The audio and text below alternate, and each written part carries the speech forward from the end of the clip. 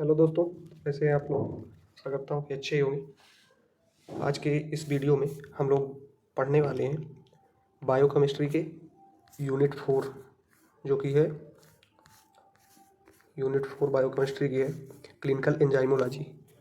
तो clinical enzymology में हम लोग पढ़ेंगे सबसे पहले आइसो एंजाइम्स की डिफिनीशन क्या होती है और उसकी प्रॉपर्टीज़ क्या क्या होती हैं उसके बारे में पढ़ेंगे।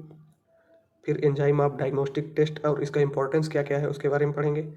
फिर पढ़ेंगे लीवर डिसीजेस, अगर लीवर कोई डिसीज़ हो जाती है तो उसके लिए कौन कौन से टेस्ट करवाए जाते हैं, किस किस चीज़ का मेजरमेंट किया जाता है टेस्ट में, उसको पढ़ेंगे।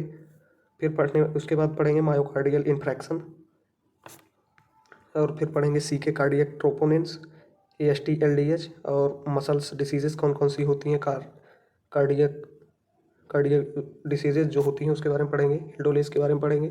और फिर आगे बात करेंगे बोन डिसीज़ एएलपी और प्रोस्टेट कैंसर के बारे में पढ़ेंगे। प्रोस्टेट कैंसर पीएसए और एसीपी क्या होता है इसके बारे में पढ़ेंगे। तो क्लिनिकल एंजाइमोलॉजी के बारे में पढ़ेंगे। और अगर आपने बायोकेमिस्ट्री का इंट्रोडक्शन यानी यूनिट 1 जो है उसकी वीडियो अगर आपको चाहिए क्लासेस तो वो चैनल पे पहले से अपलोडेड है, वहाँ पे जाके देख सकते हैं। तो वीडियो को शुरू करते हैं।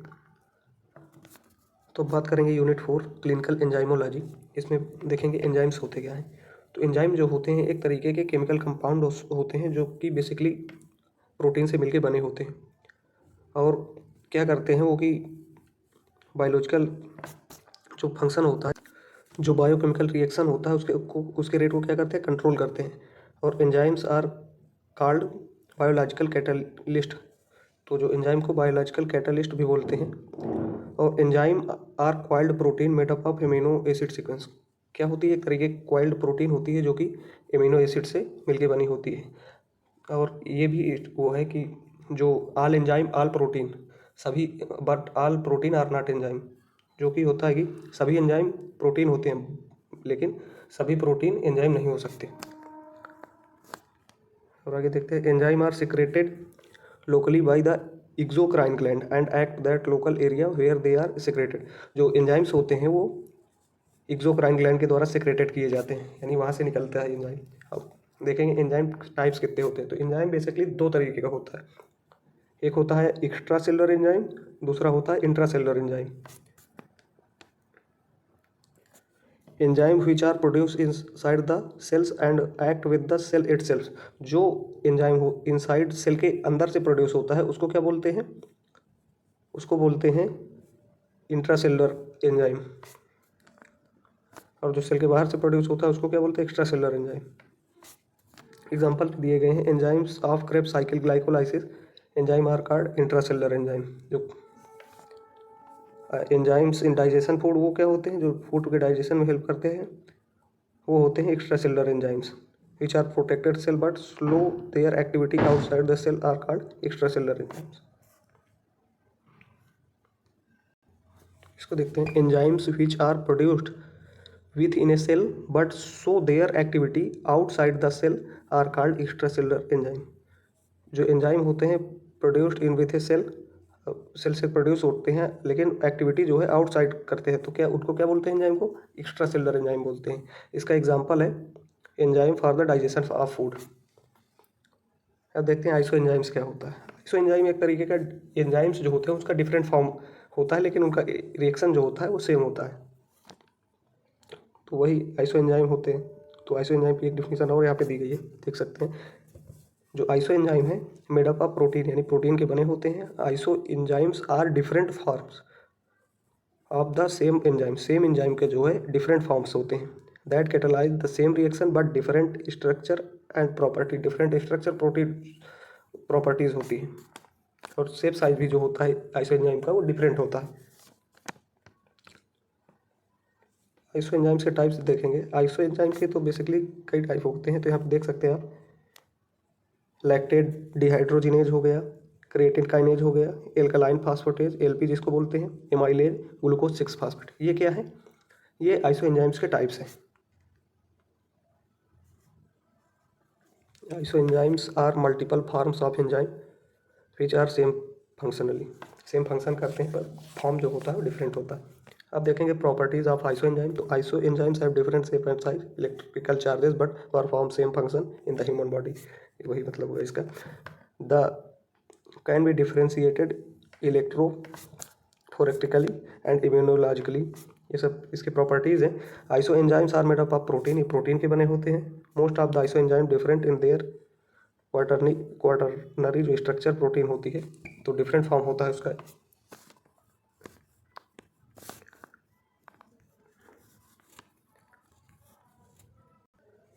देखेंगे CPK क्या होता है। क्रिएटिन फास्फोकाइनेज एंजाइम जो होता है, it is also known as creatine phosphokinase enzymes. Each creatine kinase enzyme dimer consisting of 2 polypeptide units which are named M subunit and B subunit. जो CPK enzyme होता है उसकी क्या होती हैं, 2 सब यूनिट होती हैं। M होती है एक B सब यूनिट होती है। जो M होती है वो स्टैंड फॉर किसके लिए होती है, मसल के लिए होती है, और जो B होती है वो ब्रेन के लिए होती है। CPK फर्स्ट एंड CK1 जो है and CKB is mostly found in brain. जो क्रिएटिन 1 है, काइनेज 1 है, वो कहाँ पाया जाता है, मोस्टली ब्रेन में पाया जाता है। और जो 2 है, 2 कहाँ पाया जाता है, वो मायोकार्डियम ऑफ हार्ट, यानी हार्ट की जो मायोकार्डियम लेयर होती है वहाँ पे पाया जाता है। CPK थर्ड जो होता है वो पाया जाता है स्केलेटल मसल में। Small amount of creatine kinase जो है वो कहाँ पाया जाता है, ब्लड सीरम में भी पाया जाता है। The level of these enzyme during सब हार्ट डिसीजेज, जैसे ब्रेन हो गया, टिश्यू डैमेज, एट्रोफी, तो स्केलेटल मसल तब ये जब डैमेज होते हैं तब ये रिलीज होता है। अब बात करेंगे एल्कलाइन फास्फेट के बारे में। एल्कलाइन फास्फेट जो होता है वो कब रिलीज होता है, तो एल्कलाइन फास्फेट रिलीज तब होता है जब कोई लीवर में इन्फेक्शंस हो जाए, तो इन्फेक्शन के या हेपाटाइटिस है, तब ये एल्कलाइन फास्फेट जो होता है वो रिलीज होता है। The level of this enzyme increase during liver infection, hepatitis, various types of jaundice हो गया, यानी जिसको पीलिया बोलते हैं, तो वो हो गया, तब एल्कलाइन फास्फेट जो है वो रिलीज होता है। It also secreted by placenta, therefore appearance of enzyme seen during 3 month of pregnancy. जो प्रेगनेंसी के जो 3rd मंथ होते हैं उसमें क्या होता है कि ये देखने को मिलता है, क्या देखने को मिलता है, एल्कलाइन फास्फेट एंजाइम जो होता है। और जब टेस्ट करते हैं ASP एल्कलाइन फास्फेट का लेवल, तो जब इसका पता लगाने के लिए क्या, लीवर डिसीज को कंफर्म करने के लिए, पता लगाने के लिए ASP का टेस्ट करवाते हैं, एल्कलाइन फास्फेट जो है उसका टेस्ट करवाते हैं। और कन्फर्मेटरी ऑफ प्रेगनेंसी की कंफर्मेशन के लिए ये सब टेस्ट करवाए जाते हैं। लीवर डिसऑर्डर हो गया और कंफर्मेशन ऑफ प्रेगनेंसी, उसके लिए भी ये टेस्ट करवाया जाता है। अब देखते हैं कार्डियक ट्रोपोनिन क्या होता है। This enzyme is basically secreted by heart muscle. जो कार्डियक ट्रोपोनिन होता है ये हार्ट की जो मसल्स होती है उसके द्वारा सिक्रेट आउट किया जाता है। It is associated with actin protein which is responsible for muscle और protein involve in muscle and contraction in tropomyosin, जो कि रिस्पॉन्सिबल एक्टिन प्रोटीन से मिलके बना होता है और किसके कंट्रैक्शन में हेल्प करता है। जो हार्ट मसल होती है उसके कंट्रैक्शन में क्या करता है, हेल्प करता है। A major source of this enzyme skeletal muscle. तो कार्डियक ट्रोपोनिन का मेजर सोर्स क्या है, स्केलेटल मसल्स है। और there are 3 forms of cardiac troponin. जो कार्डियक ट्रोपोनिन के कौन कौन से फॉर्म्स होते हैं, 3 फॉर्म। एक तो हो गया troponin C, troponin I, troponin T। जो ट्रोपोनिन C होता है, C is the calcium binding unit muscle contraction. C जो होता है कैल्शियम बाइंडिंग यूनिट होती है, मसल कंट्रैक्शन में हेल्प करती है। और ट्रोपोनिन T होती है जो bind with tropomyosin protein and regulate the muscle contraction. Tropomyosin जो होती है, ट्रोपोमायोसिन प्रोटीन रेगुलेट करती है मसल कंट्रैक्शन को। जो ट्रोपोनिन T होती है वो बाइंड करती है ट्रोपोमायोसिन प्रोटीन से। C हो गया T। अब देखेंगे ट्रोपोनिन I जो है वो ब्लॉक कर देती है एडिपेज सोडियम पोटेशियम पंप को और रेगुलेट करती है मसल कंट्रैक्शन को। Troponin T and troponin release into the blood serum during damage of heart muscle. जो ट्रोपोनिन T है ये कब रिलीज होता है, जब जैसे कोई हार्ट में मसल डैमेज हो गई तब ये ट्रोपोनिन रिलीज होता है। और इसकी जो नॉर्मल वैल्यू होती है 0 से लेकर 1.5 Ng/ml होती है। अब देखेंगे एल्डोलेज क्या होता है। एल्डोलेज एक तरीके का एंजाइम होता है जो कि हेल्प करता है कार्बोहाइड्रेट को डिग्रेड करने में हेल्प करता है और मेटाबोलाइज करने में, मेटाबॉलिक एक्टिविटी में हेल्प करता है एल्डोलेज। और क्या करता है, basically glucose enzyme use to break down of glucose किस में कन्वर्ट करता है, फ्रैक्टोज 1,6 डाइफास्फेट में कन्वर्ट करता है। और इन 1,6 डाइफास्फेट किस में टूटता है, 3-फॉस्फोग्लाइसरल्डिहाइड में टूटता है, and di hydroxy acetone phosphate में टूटता है during this process of glycolysis. अब जब ग्लाइकोलाइसिस की प्रोसेस होती है तब ये क्या होता है, ब्रेकडाउन होता है इसका। Therefore this enzyme played important role in biosynthesis. जो एल्डोलेज है वो बायोसिंथेसिस में क्या करता है, इंपॉर्टेंट रोल अपना करता है, function, important function role play करता है। सोर्स कौन कौन से एल्डोलेज एंजाइम के, the major source of this enzyme cytoplasm of various cells of human body. जो साइटोप्लाज्म होता है वो इसका सोर्स होता है। और फंक्शंस क्या होते हैं दिस एंजाइम के, एंजाइम्स के फंक्शन जो होते हैं वो होते हैं मेंटेन ऑफ बॉडी मसल, जो कि बॉडी है उसकी मसल्स को मेंटेन करने में हेल्प करता है। और रेगुलेशन ऑफ सेल शेप, जो सेल का शेप होता है उसको रेगुलेशन में हेल्प करता है। Contraction of skeletal muscle, skeletal muscle जो होती है उसके कंट्रैक्शन में क्या करता है, हेल्प करता है। और regulation of cell division, cell division में भी हेल्प करता है। ये रहे फंक्शंस एंजाइम्स के। अब देखते हैं अगर एल्डोलेज का लेवल जो एंजाइम है उसका ब्लड में लेवल अगर हाई हो जाता है तो क्या होगा, लीवर डैमेज हो जाएगा और पोलियोमिलाइटिस की कंडीशंस हो सकती हैं। The level of this enzyme increase heavy exercise can also exercise this. जो ये एंजाइम कब रिलीज होता है, हैवी एक्सरसाइज करने से इंक्रीज होता है। The person below 16 years of age have normal level of this enzyme. जो 16 साल से कम के ईयर के एज के बच्चे हैं जो, उनमें कितना एंजाइम का लेवल होता है, तो ये होता है 14.5 पर माइक्रोलीटर। तो person above 70 years age group, जो 70 साल के ऊपर वाले लोग हैं उनमें कितना होता है, 1.5 माइक्रोलीटर होता है। This is clear that enzyme plays important role maintaining BMR in human body. जो क्या है, ये एंजाइम बेसल मेटाबॉलिक रेट होता है ह्यूमन बॉडी में, उसको क्या करता है, मेंटेन करने में हेल्प करता है। बेसल मेटाबॉलिक रेट वो होता है कि जब हमारी बॉडी रेस्ट कंडीशन या स्लीपिंग कंडीशन में हो तो उसके उस समय जो बॉडी की फिजिकल एक्टिविटी होती रहती हैं उसको BMR बोलते हैं, बेसल मेटाबॉलिक रेट। ये आपने पढ़ा होगा न्यूट्रिशन में, आपको BMR पढ़ने को मिलेगा। अब देखते हैं बोन डिसीज। तो बोन डिसीज जो होती है, तो bone is living growing tissue mainly consist of collagen and calcium. जो बोन होती है कोलेजन कैल्शियम से मिलकर बनी होती है। और बोन क्या करती है, हमारी बॉडी को एक तरीके का ढांचा प्रदान करती है, फ्रेम, जिसको फ्रेम बोलते हैं। और प्रोटेक्ट करती है हमारे क्या, इंटरनल ऑर्गन जितने बॉडी में होते हैं उनको क्या करती है, बोन प्रोटेक्ट करती है। और बोन डिसीजेज के काजेज क्या क्या हैं, लैक ऑफ विटामिन डी की अगर कमी हो जाएगी तो क्या होगा, बोन डिसीज होने के चांसेस हैं। इन्फेक्शंस हो गया, डिसीज़ हो गया, कोई इंजरी हो गया, ट्रॉमा हो गया, मिनरल डिफिशियंसी की वजह से देखने को मिलती है। तो बोन डिसीजेज देखेंगे, ऑस्टियोपोरोसिस, ऑस्टियोपेनिया, ऑस्टियोआर्थराइटिस, ऑस्टियोमेलेसिया, ये सब डिसीजेज दी गई हैं। एल्कलाइन फास्फेट जो होता है उसका अगर इंक्रीज हो जाएगा लेवल तो क्या देखने को मिलेगा, रिकेट्स ऑस्टियोमेलेसिया देखने को मिलेगी। ऑस्टियोमेलेसिया जो कि मिनरल की डिफिशियंसी से होता है, एक बोन डिसऑर्डर है। और नॉर्मल रेंज जो होता है LP का, ये 44 से लेके 147 IU इंटरनेशनल यूनिट होता है। अब देखेंगे myocardial infarction it is also known as heart attack. जो हार्ट अटैक आ जाता है उसको क्या बोलते हैं, मायोकार्डियल इन्फ्रैक्शन भी बोलते हैं। Blockage of blood flow to the heart muscle, इसमें क्या होता है, जो हार्ट मसल होती हैं उसमें ब्लड फ्लो जो होता है वो ब्लॉक हो जाता है, तब ये कंडीशन एराइज होती है। A heart attack usually occur when a blood clot या clot blood flow to the heart, यानी क्लॉट, जो ब्लड की क्लॉट हो जाएगी, हार्ट मसल्स हैं या आर्टरीज हैं उनमें जब ब्लड क्लॉट होता है तब मायोकार्डियल इन्फ्रैक्शन होता है, या कोरोनरी कोई डिसीज़ हो गई। मेन काज है हार्ट अटैक का या मायोकार्डियल इन्फ्रैक्शन का, वो है कोरोनरी आर्टरी डिसीज।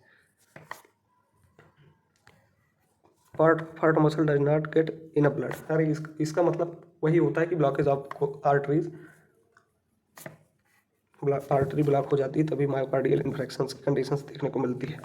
तो ये होता है। गाइस गला ख़राब है थोड़ा, तो आवाज़ भारी भारी लग रही होगी आप लोगों को। तो वीडियो को पूरा देखिएगा, एक एक करके ये जो चैप्टर है उसको क्लियर करें। मायोकार्डियल इन्फेक्शन जो होता है उसके साइन सिम्टम्स क्या क्या होते हैं। एक तो फटीग हो गया, इन्फेक्शंस, हार्ट बर्न होगा, डिजीनेस हो गई, हार्ट डिजीज हो जाएगी तो उसके साइन सिम्टम्स है क्या क्या देखने को मिलेंगे। और हार्ट डिसीज में कौन कौन से एंजाइम जो होते हैं वो इनकी रिलीज होते हैं। एक तो मायोग्लोबुलिन हो गया, ट्रोपोनिन और क्रिएटिन काइनेज, ये जो लेवल्स हैं ये इंक्रीज हो जाते हैं।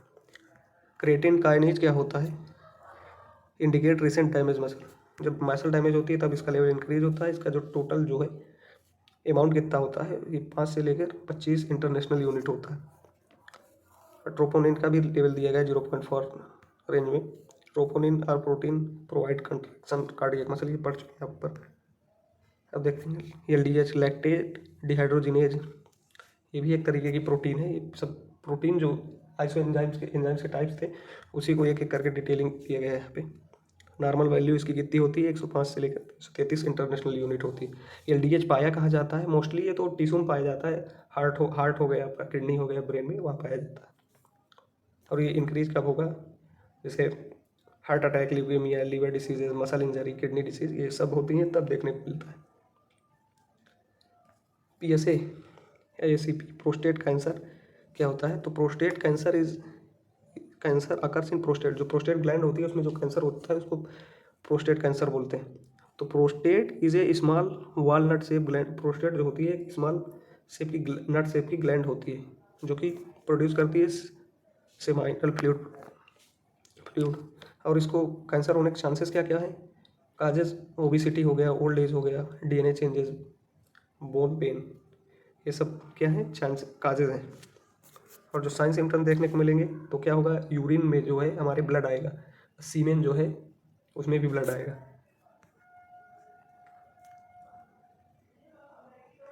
PSA का मतलब होता है prostate specific antigen. It is an enzyme normally produced by granular tissue of prostate के जो ग्रेन्युलर टिश्यू होते हैं उसके द्वारा ये प्रोड्यूस किया जाता है। अब PSA जो होता है normally secreted outside the body, urine and semen के द्वारा सेक्रेट किया जाता है। ACP क्या होता है, एसिड फास्फोटेज जो होता है एक तरीके का लाइसोसोमल एंजाइम है। It is also known as prostatic acid phosphate. इसको क्या किस नाम से जाना जाता है, प्रोस्टैटिक एसिड फास्फोटेज के नाम से जाना जाता है, PP एंजाइम। और देखते हैं कंडीशन इन दिस हाइपोग्लाइसीमिया क्या होता है। हाइपोग्लाइसीमिया मतलब यानी कम जो है ग्लूकोज का लेवल सेक्रेशन होना। ग्लूकोज मेन सोर्स है एनर्जी का। In this condition blood glucose level lower than normal level. Hypoglycaemia condition तब होती है जब जो ब्लड ग्लूकोज का नॉर्मल लेवल होता है उससे कम अगर लेवल चला जाए तो हाइपोग्लाइसीमिया, अगर ज़्यादा हो जाए तो हाइपरग्लाइसीमिया।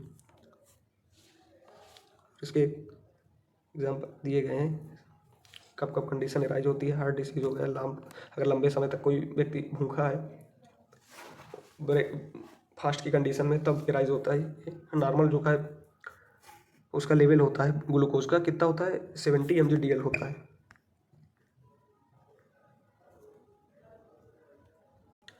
एथेरोस्क्लेरोसिस ये क्या है, हार्ट की डिसीज़ है। In this disease condition wall of artery get thicken and narrowing arteries. जो क्या होता है इस कंडीशन में, जो हार्ट की आर्टरीज हैं और वेसल्स हैं क्या होती हैं, वो नैरो हो जाती हैं, थिक हो जाती हैं। उसमें क्या होता है कोलेस्ट्रॉल, फैट, ये सब चीज़ें उसमें डिपॉजिट हो जाती हैं। फैट की मात्रा अगर बढ़ जाएगी तो क्या होगा, आर्टरी जो होती है वो नैरो हो जाती हैं जिससे ब्लड फ्लो कम होता है और ये हार्ट अटैक जैसी कंडीशन देखने को मिलती है। एथेरोस्क्लेरोसिस देखने को मिलेगा और इसके कारण डायबिटीज़ हो गया, स्मोकिंग और कोई इन्फेक्शंस भी हो सकते हैं कई तरीके के। मेनली यहाँ पे क्या है, smoking, obesity, diabetes, physical activity ना करने के कारण होता है। और लिपिड प्रोफाइल क्या होता है, lipid profile is a panel of blood test use to find abnormality in lipid. Lipid profile, lipid में एबनॉर्मेलिटी जब देखने को मिलती है या लिपिड में कोई चेंजेस देखने को मिलता है तब करवाया जाता है लिपिड प्रोफाइल टेस्ट। तो लिपिड प्रोफाइल टेस्ट में कौन कौन सी वैल्यूज देखने को मिलेगी? टोटल कोलेस्ट्रॉल का लेवल देखने को मिलेगा आप लोगों को, जो कि नॉर्मल होता है 125 से 200 mg/dl। और ग्लाइसराइड्स जो होती है उसका नॉर्मल वैल्यू कितना होता है? 25 से 200 mg/dl। और एलडीएल का मतलब होता है हाई डेंसिटी लिपोप्रोटीन जो होती है उसका लेवल। एलडीएल का मतलब होता है लो डेंसिटी लिपोप्रोटीन, और वीएलडीएल का मतलब होता है वेरी लो डेंसिटी लिपोप्रोटीन। तो ये एलडीएल जो होता है वो 85 से लेकर 130 mg/dl होता है। और एचडीएल हो गया हाई डेंसिटी लिपोप्रोटीन 35 से 80 mg/dl। और VLDL less than 40 mg/dl। VLDL जो होता है वो कम होता है 40 से कम। तो ये देखा हमने इस यूनिट में। क्लिनिकल एंजाइमोलॉजी यूनिट है, इसमें मेनली आइसोएंजाइम्स हमने देखा और उसकी जो प्रॉपर्टीज़ हैं, डिफिनीशन देखा, डायग्नोस्टिक टेस्ट के इंपॉर्टेंस क्या है, और लीवर जो डिसीज़ हो जाती है एएलटी, एएसटी, एएलपी, ये सब टेस्ट करवाए जाते हैं। और सीके क्या होता है, क्रिएटिनिन का जो होता है उसके बारे में देखा, कार्डियक ट्रोपोनिन देखा, एलडीएस देखा, एल्डोलेज के बारे में देखा, पीएसए, प्रोस्टेट स्पेसिफिक एंटीजन क्या होता है, अब बोन डिसीजेस के बारे में देखा। तो ये यूनिट में इतना ही था। अगर आपको नेक्स्ट यूनिट की वीडियो चाहिए तो आप कमेंट में ज़रूर बताइएगा। एसिड बेस बैलेंस इसके बाद यूनिट हम स्टार्ट करेंगे। अभी अगर किसी को क्लिनिकल एंजाइमोलॉजी जो हमने इस वीडियो में डिस्कस किया है, किसी को अगर पीडीएफ चाहिए तो हमारा टेलीग्राम ग्रुप है मेडिकल स्टूडेंट अड्डा के नाम से, आप वहाँ पर ज्वाइन हो जाइए, इसकी पीडीएफ आपको वहीं मिल जाएगी। और इससे पहले हमने न्यूट्रिशन जो है उसकी भी 3-4 यूनिट कवर किया है। तो अगर आपको चाहिए वीडियो या पीडीएफ चाहिए तो आप टेलीग्राम ग्रुप में ज्वाइन हो जाइए, वहाँ पर आपको मिल जाएगी।